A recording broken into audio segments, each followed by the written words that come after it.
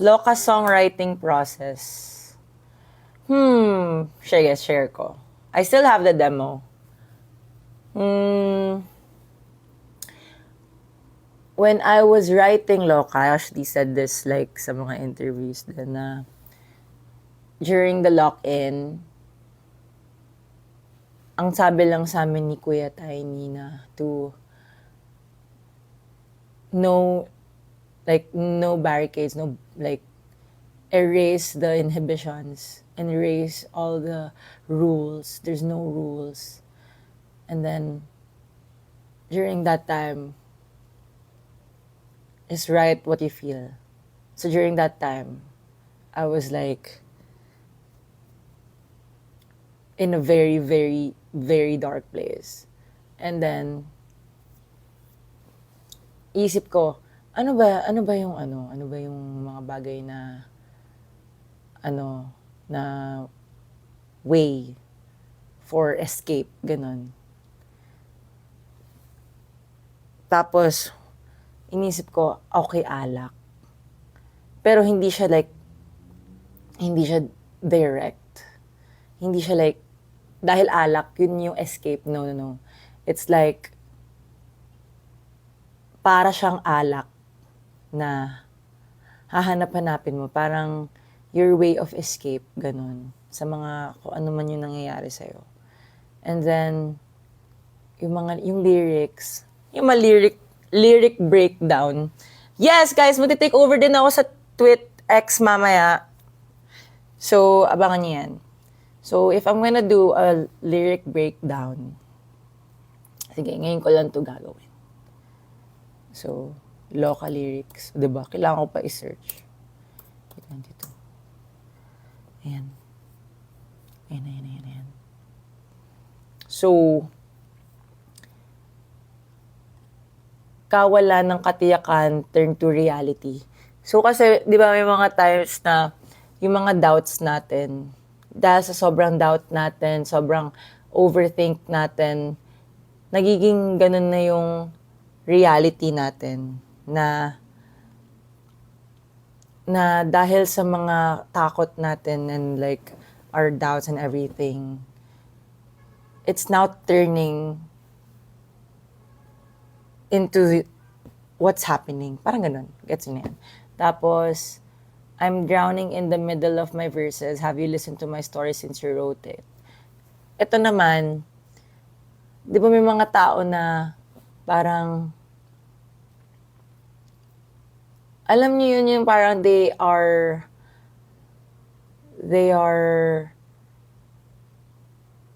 saying things about you.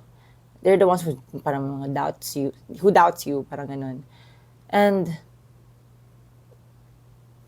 sila na nakakaalam ng story mo. Like, di ba, it's your story to tell. You're supposed to be the one telling it. But these people, they're like, so parang sasabi mo na, narinig mo na ba yung story ko? Ikaw naman yung nagsulat nun eh. Parang they're creating this, para sa mga tao nagsusulat ng story mo na hindi naman dapat. Ganun. Tapos, I'm effed up in the head, begging for mercy, where's the piece of bread? So, this is, like, if I break this down, I was thinking na, how can I say, like, I'm calling help kay God without directly saying that? So, when I was remembering the Bible, I was like, I remember the time when people were hungry and Jesus, He made into bread. Tapos wine, ganun. So, parang ganun yung nararamdaman ko na I'm begging for mercy. I am having so much bad thoughts. Where's like Jesus to turn nothing into bread? Turn something so I could be fed. Parang ganun. So, yun yung nasa isip ko na kailangan ko siya kasi I'm so hungry for, to keep I'm so hungry for things, ganon. Tas, all I do is shed blood in my brain but I don't feel the pain. This is like, nabubore ba kayo? Gusto ba dog show na lang to? Charis. It's the serious part. Chwa. Minsan lang ako magseseryoso. Huy! So, next, all I do is shed blood in my brain but I don't feel the pain. So, parang, yun yung nararamdaman ko at that moment. Kasi I was having trouble. I was seeking for help. And, you know naman physically, pag nasugatan ka, di ba may dugo?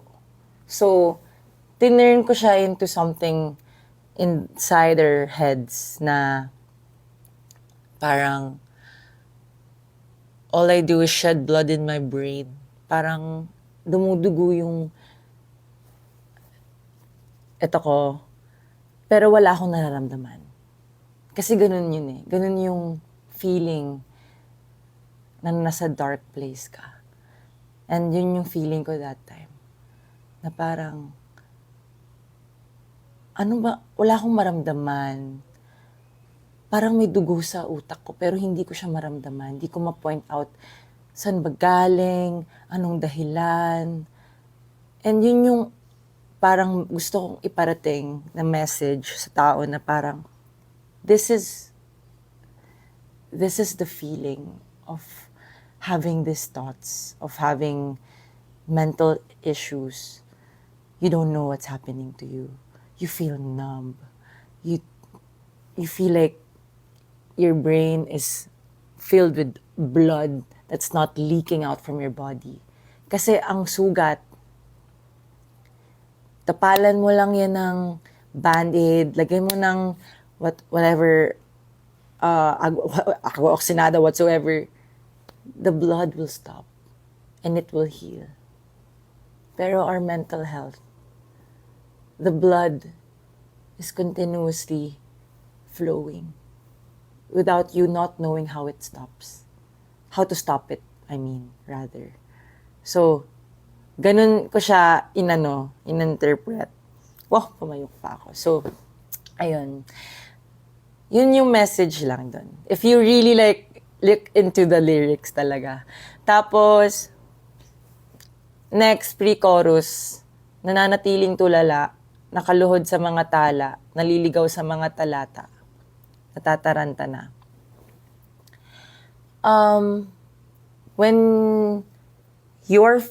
Whenever I feel like this, tulala lang talaga ako. Yun yung, if other people, like, they're, one of the parang, branches, isa sa mga branches na parang breaking down is, hindi lang siya iyak eh. Hindi ka lang umiiyak. Yes, umiiyak ng sobra-sobra, pero isa sa mga branches ng breaking down ay natutulala ka na lang. Like, wala ka ng luha na mailabas. And then you're just begging. Nakaluhod sa matala. Nakaluhod ka na lang sa mga tala. Dadasal na liligaw ka na sa mga talata.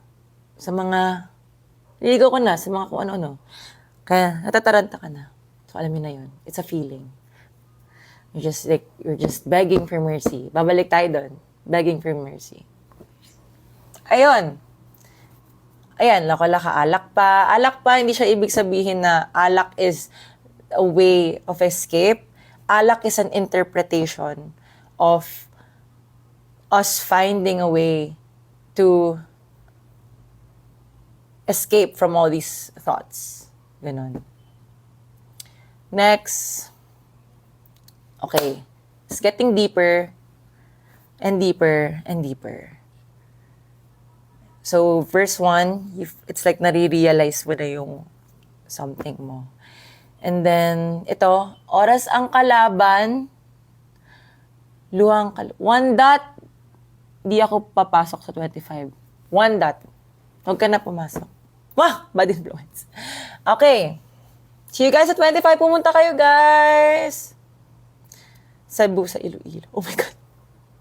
Okay, next. Breaking down tayo sa verse 2. So, ngayon ko lang ito gagawin, guys. Breaking down ng Loka. And this is my first and last. Hindi ko na siya ulit i-breakdown kasi it's so difficult to explain. And, yeah. So, next ay, oras ang kalaban, luwang kanlungan. So, isip kung saan-saan sumulyap si kamatayan. So, eto. You know when yung feeling na parang kalaban mo yung oras. Yung feeling na parang napapag-iwanan ka na sa mga bagay-bagay. Like, life is not a race. Sabi nga ng Bini, ang buhay ay hindi karera. Yes. Pero, may mga times talaga na feeling mo na kalaban mo talaga yung oras. Parang nauubusan ka ng oras. Kaya, luhang kalungan. Nagiging home mo, nagiging comfort mo yung pag-iyak. Ganon. Parang, yun. Tas isip kung saan-saan, nagugulo ko na. Sumulyap si kamatayan. So, paano ko ba ito explain? Without being too much, so, may tendencies kasi na parang, paano ba? So, may tendencies kasi na talagang dumadaan sa utak ko na what if mag-French exit na lang ako sa Earth, ganon. So nalagay ko yung sumulyap si kamatayan kasi minsan alam niyo na yun. So hindi ko na siya dig deep pa kasi it's too much if I explain it. So yeah. The next is paalam mo kay mama para sa 25. Sa mama po ni Kuya Neil. Payagan nyo na po siya dahil matutuwa po talaga siya. Ito po ang kanyang kasayahan at minsan lang po kami mag-mini showcase at matagal na po. First time po namin ito sa 2 years namin magkakasama. So, makikita po kayo pang alam mo nyo. So, eto. Let's proceed to humingang malalim. Baka di ko to kayanin. Binitawang mga liriko sa utak asentado. Ito ang delikado. Huwag hayaan at mapano. Oy, saklolo. So, ito naman. It's like, ano ba?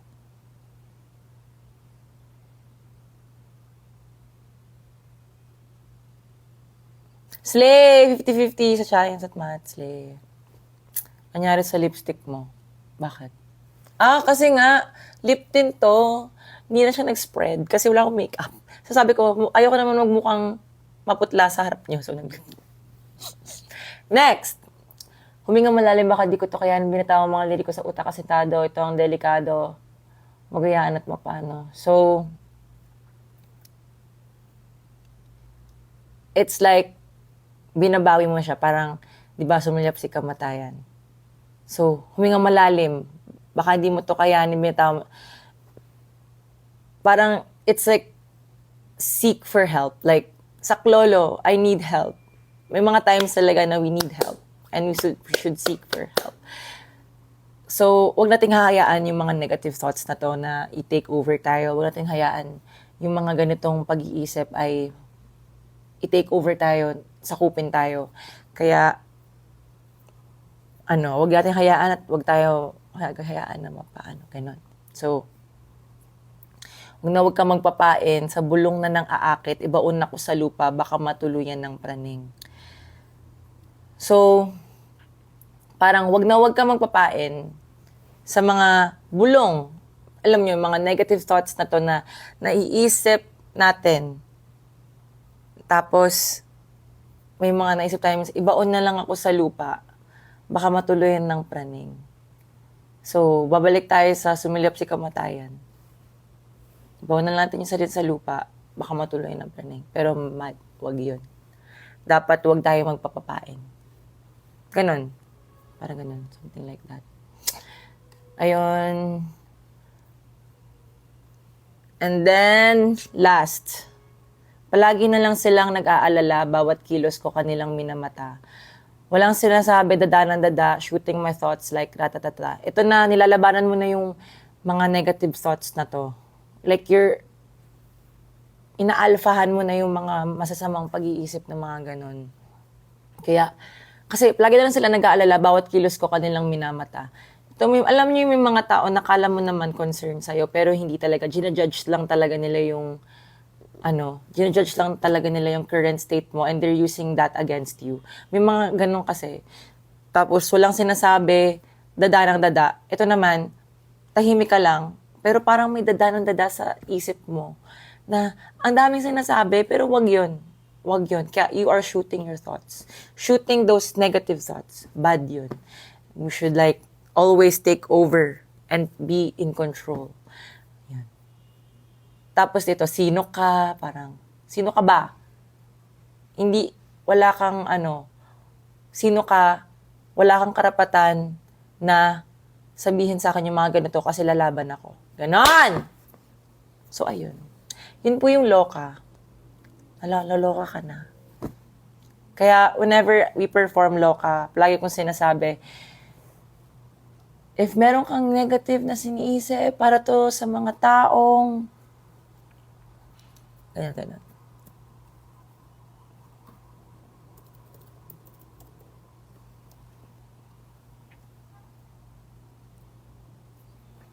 Yeah, that's right. This is metacognition. Ooh.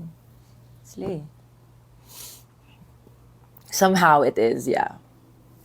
Yung pagpili ng parts nyo, sinong nag-isip. Actually, when I was writing Loka, sinabay ko na rin yung iniisip ko kung sino yung kakanta ng parts. So, I really felt na... So, in the pre-chorus... Wait lang, start tayo sa una. So, sa verses kasi, kaya gusto ko yung sagutan namin ni Jazz doon. Kasi I like how... paano i-atake ni Jasmine yung parts niya sa Loka. Especially sa verses. And then, for the pre-chorus, gusto ko yung pagkabilog ng boses ni Althea. So, whenever she sings it, parang, tas yung with all the reverb, with all the effects and stuff, it's very psychedelic siya. And, kasi medyo gusto ko yung mga ganong sound. Tapos, yung very creepy, ganun. Tapos, pagdating sa chorus, ayan, isa-isa kami doon. And then,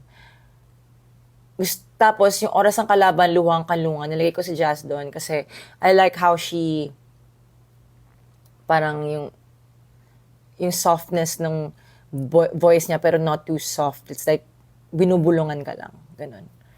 And then, yun. Tas, shooting my thoughts walang sinasabi na nakakatawa kasi nung nirecord ko to, nawalan na ako ng ilaw. So, nung nirecord ko to,